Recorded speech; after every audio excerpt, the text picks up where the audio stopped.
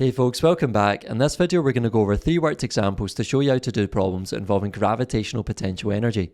Now if you haven't already done so, check out my previous video covering the theory on this topic, and that way you can apply what you learned in that video to this one. So let's get started. Question 1 says a pupil of mass 60 kilograms walks up a staircase of height 8 meters. Find the potential energy gained. Well, we know this is going to be gravitational potential energy, and we can write down what we know from the question. So we're trying to find EP.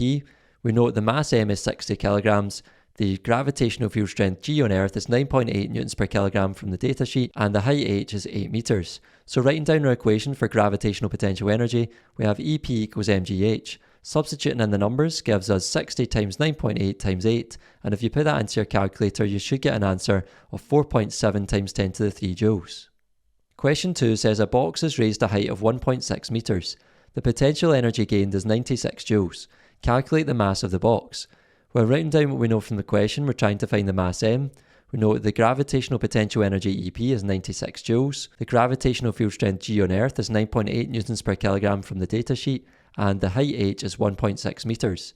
So writing down our equation for gravitational potential energy, we have EP equals mgh. Now instead of rearranging for m to begin with, I'm going to just substitute in the numbers and then move the numbers around. So we have 96 equals m times 9.8 times 1.6. And then to find m on its own, we can do 96 divided by 9.8 times 1.6. And once you put that into your calculator, you should get an answer for m of 6.1 kilograms.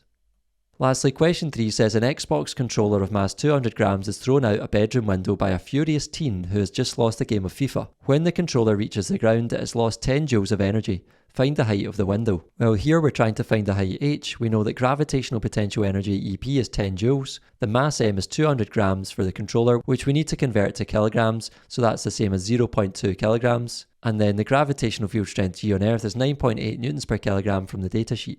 So writing down our equation for gravitational potential energy, we have EP equals mgh, and just like in question 2, I'm going to substitute the numbers in first rather than rearrange. So we have 10 is equal to 0.2 times 9.8 times h, and then to get h on its own, I do 10 divided by 0.2 times 9.8, and once I put that into my calculator, I get an answer of h equals 5.1 meters.